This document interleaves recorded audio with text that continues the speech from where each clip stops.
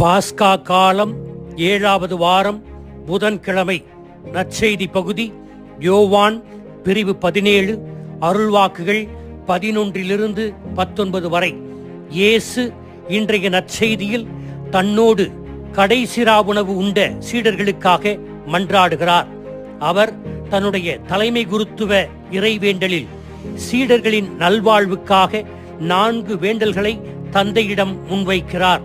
1 சீடர்களின் வெற்றிக்காக, 2வது சீடர்கள் ஒற்றுமைக்காக, 3வது சீடர்களின் பாதுகாப்புக்காக, 4வது சீடர்களின் அர்ப்பண வாழ்வுக்காக. 1 வெற்றி. வாழ்வின் கடினமான சூழ்நிலையிலும் கிறிஸ்தவ வாழ்வை வாழ்ந்து காட்டி வெற்றி பெற வேண்டும் என்று இயேசு வேண்டுகிறார். சீடர்கள் இந்த உலகத்தில் கிறிஸ்துவுக்காக தங்கள் வாழ்வை வாழ்ந்து காட்டி உலகத்தை வென்றெடுக்க வேண்டும் என்று வேண்டுகிறார். தங்களின் வெளிப்படையான கிறிஸ்தவ வாழ்வு வழியாக, அதாவது கிறிஸ்துவின் அன்பு, இரக்கம், மன்னிப்பு மற்றும் பணிவோடு பணிவிடை செய்வதன் வழியாக கிறிஸ்துவுக்கு சான்று வாழ்க்கை வாழ சீடர்களை அழைக்கிறார். 2 சீடர்களுக்கிடையே ஒற்றுமை.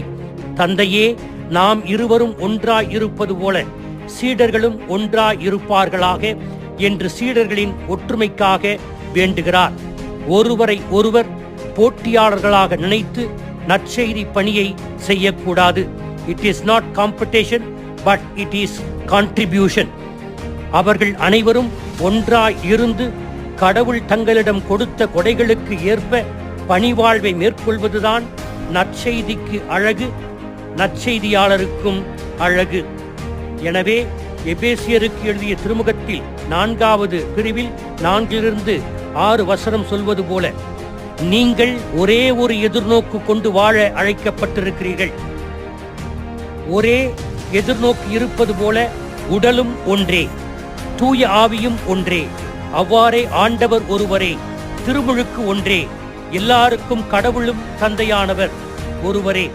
அவர் எல்லாருக்கும் மேலானவர், எல்லார் மூலமாகவும் செயலாற்றுகிறார், எல்லாருக்குள்ளும் இருக்கிறார் என்று பவுலடியார் கூறுகிறார்.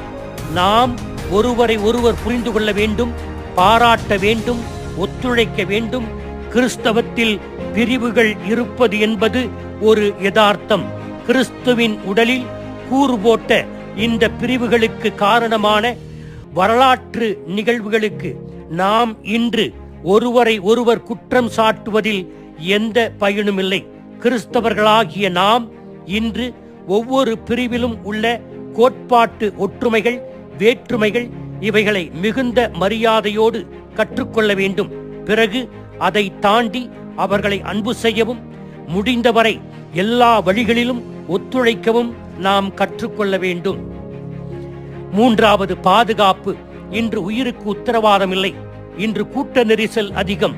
கார்கள், 2 சக்கர வாகனங்கள் அதிகமாகிவிட்டன. எனவே போக்குவரத்து நெரிசல் அதிகம். இந்த நெரிசல்களில் பாதுகாப்பாக போய் வர வேண்டும் என்று வீட்டில் கடவுளிடம் வேண்டிவிட்டு செல்லுகிறோம். அதோடு தீயோனின் ஆதிக்கத்தை ஆண்டவர் இயேசு அறிந்ததால் தீயோனுடைய சோதனை, தீமையிலிருந்து பாதுகாப்பு, இதற்காக இயேசு மன்றாடுகிறார். கிறிஸ்துவின் சீடர்கள் வீழ்வது எதனால் என்றால், தங்கள் பலத்தை மட்டுமே நம்பி எதிர்கொள்ள முயற்சிப்பதால் தான். நம்மை பாதுகாக்கும் கடவுளின் பிரசன்னத்தை உணராமல், உதவியை நாடாமல் வாழ்வதால் தான் நாம் வீழ்கிறோம், தவறுகிறோம். 4 அர்ப்பணம். உண்மையினால் தன் சீடர்களை அர்ச்சித்தருளும் என்று இயேசு வேண்டுகிறார். கடவுளே உண்மை. உண்மையால் அர்ச்சிப்பது என்பது கடவுளால் அர்ச்சிக்கப்பட்டு அவர் கட்டளையிடும் பணியை செய்து அந்த உண்மைக்கு ஏற்ப சான்று வாழ்க்கை வாழ்வது. அர்ப்பணம் என்பது நம் மனதையும் இதயத்தையும் நம் நடத்தையையும் நாம் அழைக்கப்பட்ட வாழ்வுக்காக தயார் செய்வது. நற்செய்தி அறிவிப்பு என்ற மகத்தான பணியை செய்ய திருமுழுக்கு பெற்ற அனைவரும் கடமைப்பட்டிருக்கிறார்கள். அதற்கு கடவுள் நம்மை தன்னந்தனியாக விட்டுவிடவில்லை. நம் பலத்தை மட்டுமே நாம் நம்பி செய்ய வேண்டியதில்லை. மாறாக நமது வாழ்வை கடவுளிடம் ஒப்படைத்து விட்டால் அவருடைய அருள் நம்மை தாங்கும். ஆமீன்.